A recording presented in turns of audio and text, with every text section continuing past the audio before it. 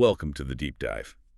Today we've got a stack of sources that really put the global economy and, well, planetary survival on a collision course. It feels like that, doesn't it? It really does. We're going to be crossing continents, looking at some very high-stakes diplomacy, the real human costs of the climate crisis, and some huge ethical dilemmas around tech and corporate accountability. It's a study in global tension, really. The material shows a world reacting to these immediate geopolitical shocks, like sanctions hitting oil markets. Right. But at the same time, these long-term, almost existential threats of climate failure and technological growth are demanding our attention right now. So our mission today is to cut through that noise. Exactly. Find the signal. That's it. We're unpacking the real effectiveness of U.S. sanctions. We're analyzing these ambitious but maybe fragile UN stabilization efforts in Gaza, looking at the really shocking drama at the COP30 climate summit. And the big one. And the big one, figuring out the immense sort of hidden energy debt we're racking up with the expansion of artificial intelligence. Let's get into it. Let's do it. So let's start with the money. The U.S. Treasury's Office of Foreign Assets Control, OFAC. They're claiming that sanctions introduced back in late October against Rosneft and Lukoil are working. That they're successfully cutting into Russia's war revenue. And they're pointing to market movement as the proof. Yeah, and the initial data is, I have to say, pretty compelling. We saw Urals oil, the grade shipped from Novorossiysk, trading down at $45.35 per barrel on November 12th. $45, that's the lowest it's been in a long time. It's the lowest since March 2023. And if you put that next to the Brent futures benchmark, which was sitting over $62, that discount looks pretty significant. Okay, so a drop to $45 is a clear sign of stress. But is this just, market volatility? Or is it really crushing their overall economy? And what are the buyers doing? Well, that's the key question. And it seems they are backing away, which suggests the sanctions are having that initial chilling effect. Who's backing away? Sources are indicating that about a dozen major buyers in China and India have signaled they intend to halt their Russian oil purchases for December delivery. Wow. China and India. Exactly. And if you connect that to Russia's broader budget, their oil and gas revenues for the first 10 months of this year were 7.498 trillion rubles. That's a huge drop, 21.4% down compared to 2024. That is tough to ignore. But here's where I saw some nuance. The sanctions against Lukoil, they seem to be structured very differently. There's a huge grace period. There is. Does that basically create a massive loophole? Are we sacrificing immediate pressure for some kind of future compliance? It certainly slows the pace of the economic war. I mean, the sanctions against Lukoil are delayed specifically to allow the company time to divest its foreign assets. How much time are you talking about? They have until April 29, 2026 for their Bulgarian assets and until December 13, 2025 for all their other foreign subsidiaries. So over a year, year and a half. Exactly. So while the immediate price drop looks good for sanctions proponents, the full impact of removing a giant like Lukoil from global trade, we won't feel that for quite a while. Okay, so moving from the financial battlefield to, well, actual stabilization efforts. The UN Security Council just passed a resolution supporting a U.S.-led plan for Gaza. They did. It passed with 13 votes in favor. 13 is strong. It's strong, but the voting dynamic is really telling here. Both Russia and China abstained. Which tells you the international consensus on this is still pretty fragile. Very fragile.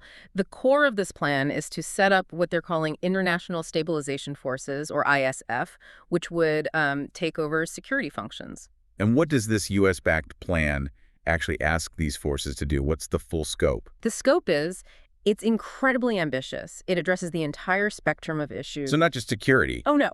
It calls for security restoration, yes, but also ensuring humanitarian access, starting a long-term reconstruction process, and this is critical, managing the disarmament of Hamas and other armed groups. And what about self-governance? It includes that, too.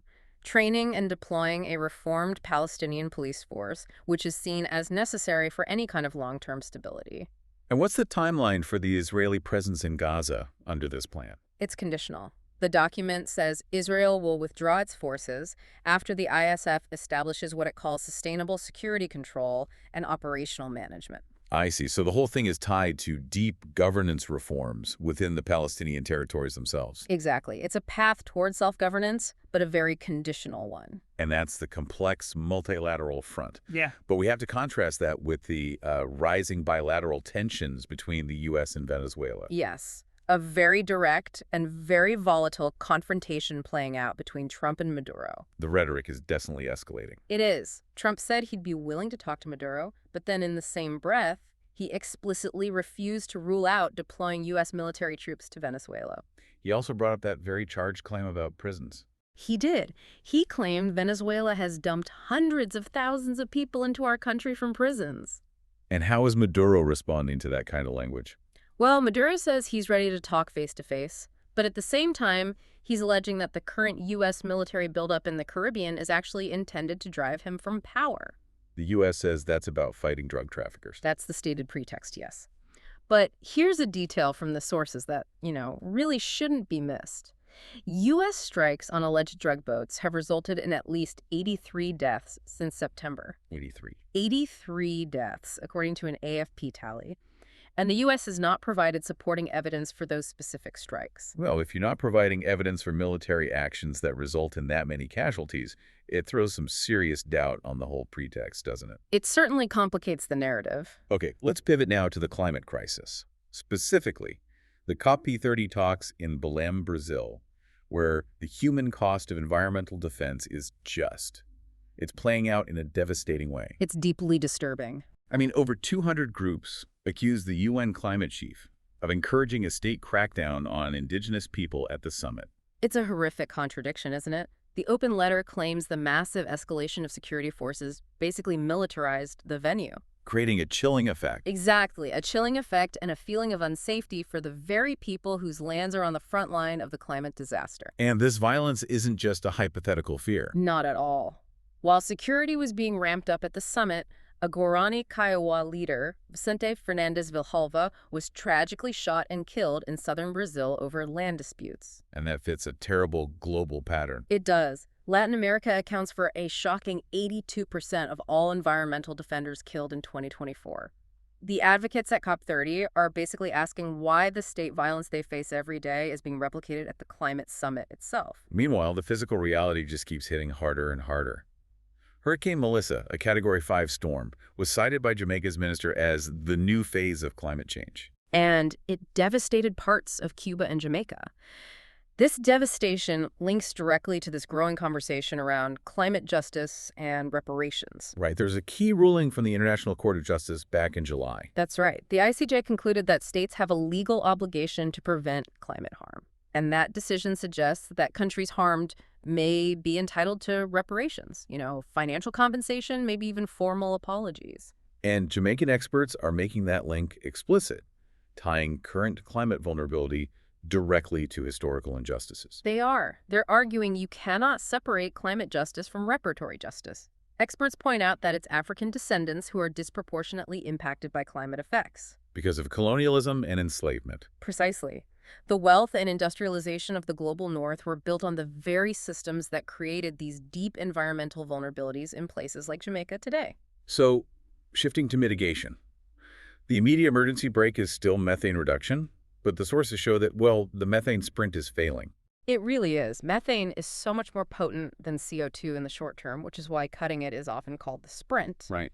But despite 159 countries pledging a 30% cut by 2030, a new UNEP report shows emissions are still rising. Current policies are only projected to deliver an 8% cut. That gap is it's unacceptable. And speaking of international tension, the EU's new carbon tax is causing some major rifts. Oh, huge rifts. The Carbon Border Adjustment Mechanism, or CBAM. It's essentially a carbon tax on imported goods. Right, from countries that don't have equivalent domestic carbon pricing.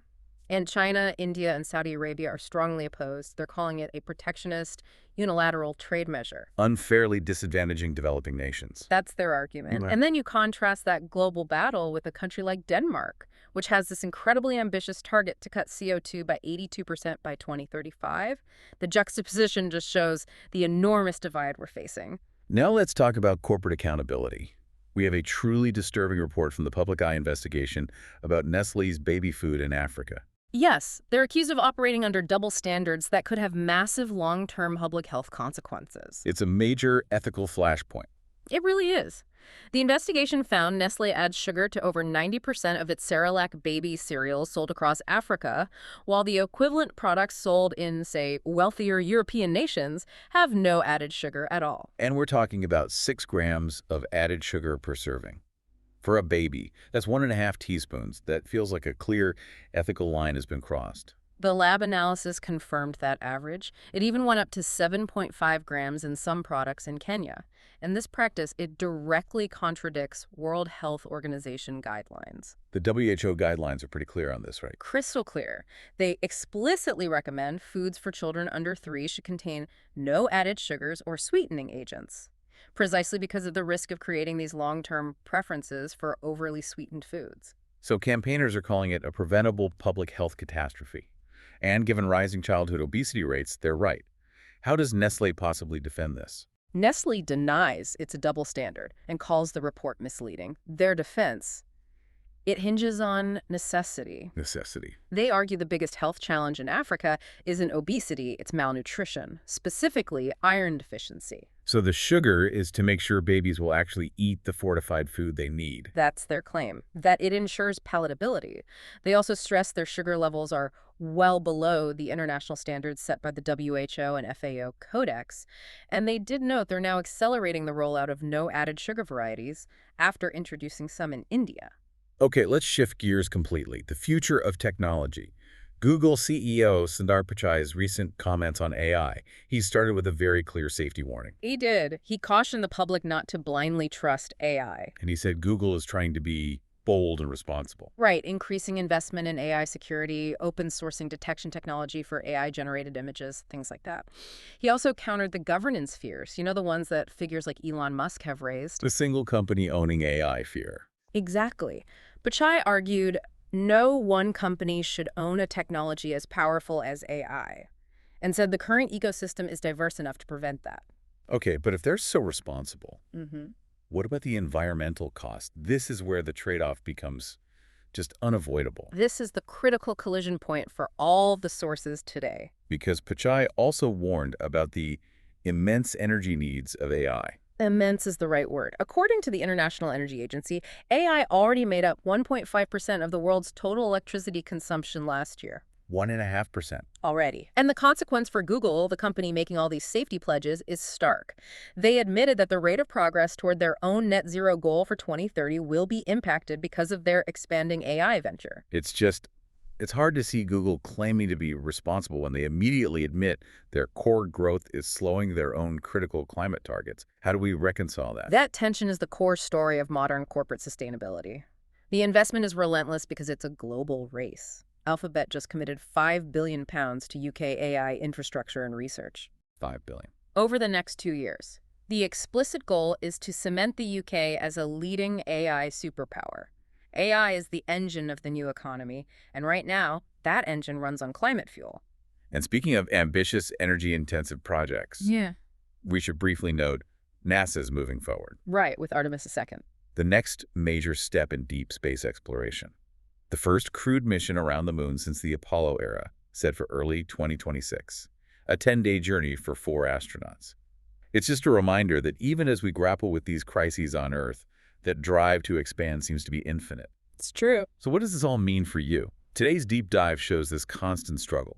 The immediate political and economic fights, like sanctions or stabilization in Gaza, are constantly undermining or being undermined by the long-term existential demands of climate survival and ethical tech. Absolutely. We've seen that the details of sanctions, the search for climate justice, corporate accountability for baby food, even AI's energy use, these are not isolated issues. They're all interconnected threads. And that leaves us with this final provocative thought. We see countries like Denmark pledging these incredibly ambitious CO2 cuts, 82% by 2035. At the same time, the biggest tech leaders acknowledge that rapid growth is actively slowing global climate progress because AI alone consumed 1.5% of the world's electricity last year. So given the urgency of the methane sprint and the CO2 marathon, what happens to global climate accountability when the very engine of the modern economy, AI, is publicly admitting it's consuming the energy required to meet those goals? A question that demands an answer far sooner than 2030. We'll see you for the next deep dive.